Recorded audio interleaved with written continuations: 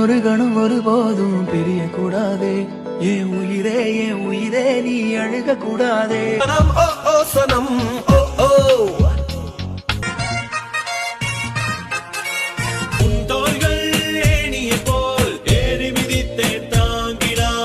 மச்சான் விட்டு கொடுக்க முடியாத உறவுங்க.